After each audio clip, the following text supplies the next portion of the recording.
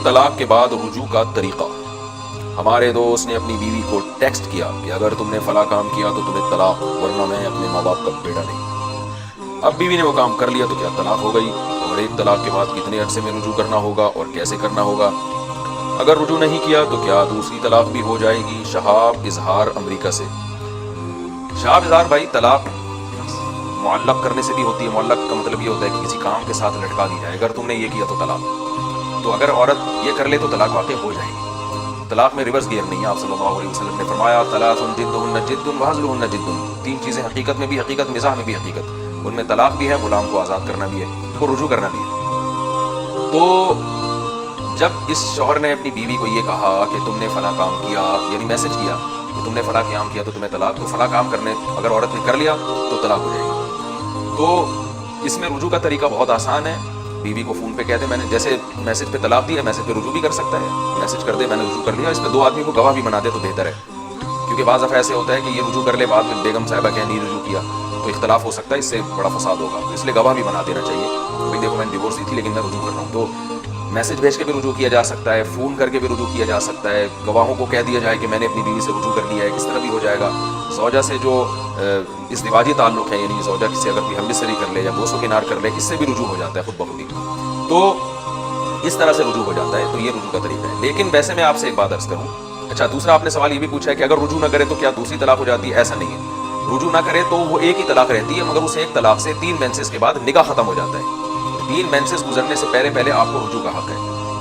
اگر رجوع نہیں کیا تو 3 مینسز گزرنے کے بعد نکاح ختم ہو جائے گا۔ نکاح ختم ہونے کے بعد پھر اب آپ رجوع نہیں کر سکتے، ہاں دوبارہ شادی کر سکتے ہیں بشرطے کہ پہلے سے طلاقیں نہ دی ہوئی ہوں، یعنی پہلی دفعہ ہی دی ہو طلاق۔ تو یہ ہے جس عورت کو مینسز آتے ہیں، اور جس کو مینسز نہیں آتے یعنی پریگننسی ہے، تو جب تک بچے کی ولادت نہیں ہو جاتی رجوع کیا جا سکتا ہے۔ اور جس کے نہ حمل ہے نہ اس کو مینسز آتے ہیں، جیسے کہ بوڑھی عورتیں ہوتی ہیں جن کو مینسز آتے ہی نہیں ہیں، تو پھر ان کے 3 مہینے تک اللہ نے آپ کو مہلت دی ہے رجوع کرنے کی۔ تو یہ تو میں نے مسئلہ بیان کر دیا، لیکن مسئلہ یہ ہے کہ یہ جو طلاق دینے کا یہ طریقہ ہے نا کہ اگر تم نے یوں کیا تو تمہیں طلاق، یہ بہت ہی بھونڈا طریقہ ہے بالکل۔ یعنی یہ لوگ اس لیے کرتے ہیں تاکہ بیوی کو کسی کام سے روک لیں، تو بھائی آپ ویسے روک لیں اس کو، آپ اس کو منع کریں یہ نہ کرو، اور اس پہ دوسرے طریقے استعمال کریں جو قرآن نے کہا ہے کہ نصیحت کرو، کس طرح الگ کر دو۔ اور اگر کوئی ایسے کام سے روک رہے ہیں جو آپ بہت شدید ضرورت سمجھتے ہیں کہ آپ یعنی اس کے بغیر آپ کا چارہ نہیں ہے، اور کام بھی بہت امپورٹنٹ ہے، اور آپ کو شبہات پیدا ہو رہے ہیں، تو شدید مجبوری میں اسلام نے آپ کو زوجہ پہ ہاتھ اٹھانے کی بھی اجازت دی ہے۔ اچھا کام نہیں ہے بیوی پہ ہاتھ اٹھانا، نبی صلی اللہ علیہ وسلم نے پوری زندگی کبھی زوجہ پہ ہاتھ نہیں اٹھایا، اور نہ صحابہ کرام اس طرح سے ہاتھ اٹھایا کرتے تھے، لیکن ایک حد، ہر چیز کی ایک حد ہوتی ہے نا۔ اگر آپ سمجھتے ہیں کہ آپ کی وائف بالکل لمٹ کراس کر رہی ہے اور ناقابل برداشت حد تک جا رہی ہے، جو غیر اخلاقی حرکتوں میں ملوث ہو رہی ہے، جو آپ کے اپنے دل میں شکوک و شبہات پیدا ہو رہے ہیں اس سے، تو انتہائی درجہ اسلام نے کہ پہلے جو ہے نا رشتہ دار بیٹھے ہیں سلوک کی کوشش کریں، کچھ بھی نہیں ہوتا تو انتہائی درجے میں اسلام نے حکم دیا ہے کہ بھئی آپ اس سے کچھ دن کے لیے روٹھ جائیں، نہیں اس سے باز نہیں آتی تو بقدر ضرورت اس پہ ہاتھ اٹھایا جا سکتا ہے، سختی کی جا سکتی ہے، کیونکہ دنیا میں کوئی بھی لا ایسا نہیں ہے کہ جس کو بس لوگوں پہ چھوڑ دیا جائے کہ جو چاہے قانون کو فالو کرے جو چاہے نہ کرے۔ اس لیے اسلام نے ایک حد رکھی ہے کہ شوہر چونکہ گھر کا سربراہ ہے تو ایک حد تک اس کو گنجائش دی ہے کہ زوجہ اگر وہ لمٹ کراس کرتی ہے تو وہ بقدر ضرورت سختی بھی کر سکتا ہے۔ پھر اس میں بھی شرطیں ہیں کہ جانوروں کی طرح نہ مارے، چہرے پہ نہ مارے، باندیوں کی طرح، غلاموں کی طرح نہ پیٹے، اس طرح سے احکامات ہیں۔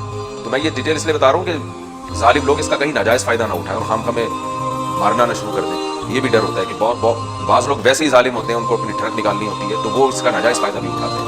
تو قرآن کے الفاظ ہیں کہ فَإِنْ أَطَعْنَكُمْ فَلَا تَبْغُوا عَلَيْهِنَّ سَبِيلًا، زوجہ پہ خام میں اس کو ٹارچر کرنے کے راستے مت تلاش کیا کرو۔ إِنَّ اللَّهَ كَانَ عَلِيًّا كَبِيرًا، اللہ تعالیٰ بڑا ہے اور تم سے بھی بڑا ہے، تو تم وہ تمہارے ماتحت ہونے کا ناجائز فائدہ نہ اٹھاؤ، کیونکہ وہ تمہارے کنٹرول میں اتنی نہیں ہے جتنے تم اللہ کے کنٹرول میں ہو۔ تو اللہ جو سزا دے سکتا ہے وہ اس سے بھی زیادہ دے سکتا ہے۔ تو یہ سب چیزیں سامنے رکھ کر جو ہے وہ سختی کی گنجائش دی ہے اسلام نے۔ تو یہ طریقہ ہے۔ یہ جو طلاقیں بار بار زبانوں پہ آتی ہیں، بات بات پہ طلاق کی دھمکیاں، یہ شریف لوگوں کا کام نہیں ہوتا۔ اچھے گھرانوں میں ایسا نہیں ہوتا کہ بات بات پہ طلاق کی دھمکیاں، اور آپ نے بیوی کو کسی کام سے روکنا ہے تو طلاق کے ساتھ مشروط نہ کریں۔ مثال کے طور پر آپ ابھی روک رہے ہیں زوجہ کو کہ فلاں جگہ نہ جاؤ، شاپنگ نہ کرو، میرے پاس اتنے پیسے نہیں ہیں، میں تھک گیا ہوں پیسے دے دے کے، آج تھوڑا سا میری بچت کر لو، بیگم پھر بھی کہہ رہی ہے نہیں، تو لوگ ایک دم غصے میں آ جاتے ہیں، اگر تم بازار گئی تو تمہیں طلاق۔ کیا جاہلوں والا طریقہ ہے، بالکل یہ غلط ہے۔ مجھے یاد ہے میں ایک ٹیکسی میں جا رہا تھا، تو بہت پرانا واقعہ، میں نے ٹیکسی ڈرائیور سے کہا کہ یار مجھے وہاں لے جاؤ، ہاکسوے کی طرف جانا تھا کہیں ہم نے، تو اب وہ چلتے چلتے تھک گیا، ہماری لوکیشن ہی نہیں آ رہی تھی، تو اس کو غصہ آ گیا،